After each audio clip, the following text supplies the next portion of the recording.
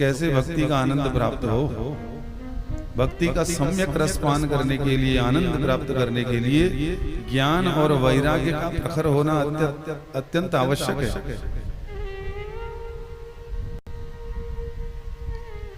क्योंकि ये जो अध्यात्म का मार्ग है ये ज्ञान मार्ग है, और जब आत्मा संबंधित ज्ञान की उत्पत्ति हो जाती है किसी व्यक्ति के अंतःकरण में, तब उसे संसार के प्रति वैराग्य होता है।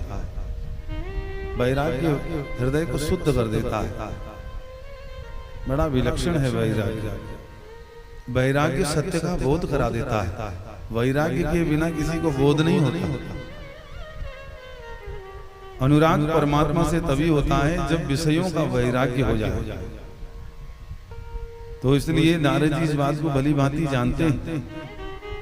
भले ही भक्ति जवान हो, यदि किसी व्यक्ति का ज्ञान और वैराग्य शून्य हो गया है तो जो फल उसे प्राप्त होना चाहिए उस फल को प्राप्त करने में बड़ा विलंब हो जाएगा।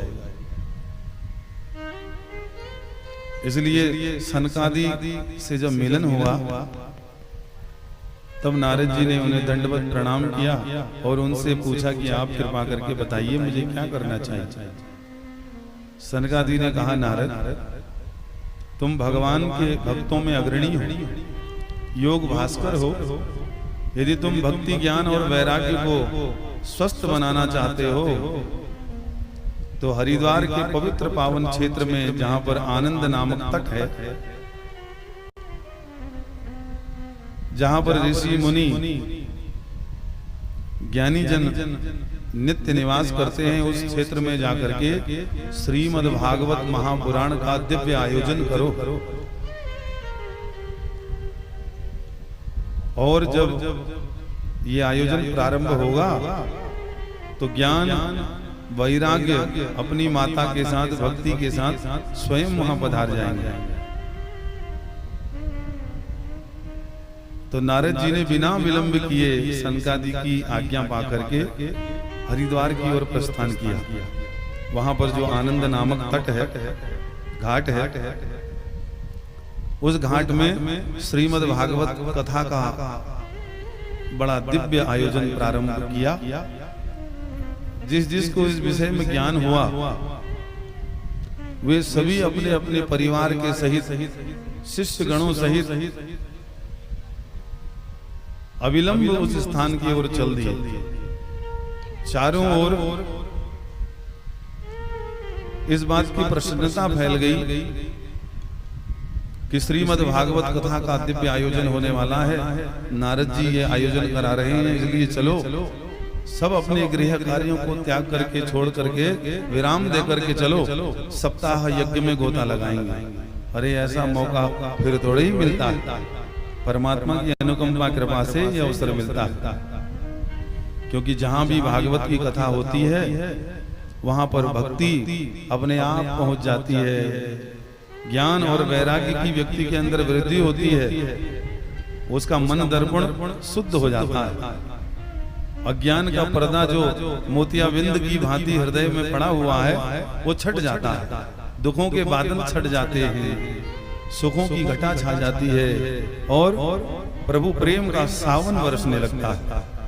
जय जय श्री राधे। जो भगवान नारायण के, भगवान विष्णु के भक्त थे, उन्होंने जैसे ही सुना दौड़ लगा। श्री भागवत पीयूष पानाय रस लंपटा धावन्तो व्याययुः सर्वे प्रथमं ये च वैष्णवा। जो रस लंपट हैं, जो रसिक हैं, जिनको भगवत कथा रसपान करने का सहृदय आनंद प्राप्त होता है, जो भगवान की कथाओं को सुन सुन करके भी अघाते नहीं हैं, उन्होंने जैसे ही सुना तैसे ही दौड़ लगा दी। चलो सुंदर हरिद्वार के गंगा के तट पर भागवत की कथा होने वाली और नारद जी इस कथा का आयोजन करा रहे हैं, इसलिए ये बड़ी दिव्य होने वाली है। सब चलो।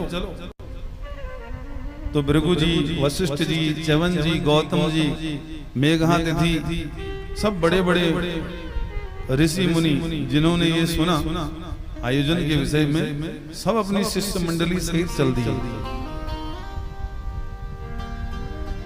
और इनके अलावा वेद, वेदांत, उपनिषद, मंत्र, तंत्र, 17 पुराण, 6 शास्त्र वहां पर मूर्तिमान होकर के विराजमान हो गए। वेदांतानि च वेदाश्च मंत्रास्तंत्रा समूर्तया, सब मूर्तिमान होकर के बैठ गए कि अब तो कथा सुनने का अवसर मिला है। 10 सप्त पुराणानि 60 शास्त्राणि तथा ययुः। गंगा आदि नदियां, पुष्कर आदि तीर्थ, कुरुक्षेत्र आदि समस्त क्षेत्र, सारी दिशाएं, दंडक आदि वन, हिमालय आदि पर्वत, सभी मूर्तिमान होकर के कथा सुनने के लिए उस स्थान पर विराजमान हो गए। तब कथा सुनाने के लिए सनकादि दीक्षित होकर के नारद जी के दिए हुए ऊंचे सिंहासन पर विराजमान हुए और उन सबके सन्मुख नारद जी, जो भगवान के परम भक्त हैं, वे सन्मुख बैठ गए। एक तरफ वैष्णव भक्त ऋषि मुनि बैठे, एक तरफ माताएं महिलाएं बैठी, एक तरफ सन्यासी बैठे। बड़ा बृहद समागम हुआ। देख करके इस उत्सव रूपी समागम को सनकादि का हृदय भी गदगद हो गया और भगवान के चरणों का ध्यान करके वो कथा सुनाने के लिए तत्पर हुए। तभी बड़ी जोर से जयघोष हुआ। बोली श्रीमद् भागवत महापुराण की जय। जय जय श्री राधे, जय जय श्री राधे, जय जय श्री राधे। जय शब्दो नमः शब्दः संग शब्दस्तथैव च चूर्णलाजा प्रसूनानां निक्षेपः सुमहान् भूत। विमानानि समारुह्य कियन्तो देवनायका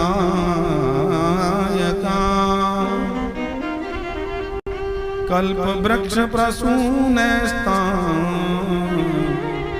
सर्वांस्तत्र समाकिरन्। बड़ा भारी जयघोष हुआ।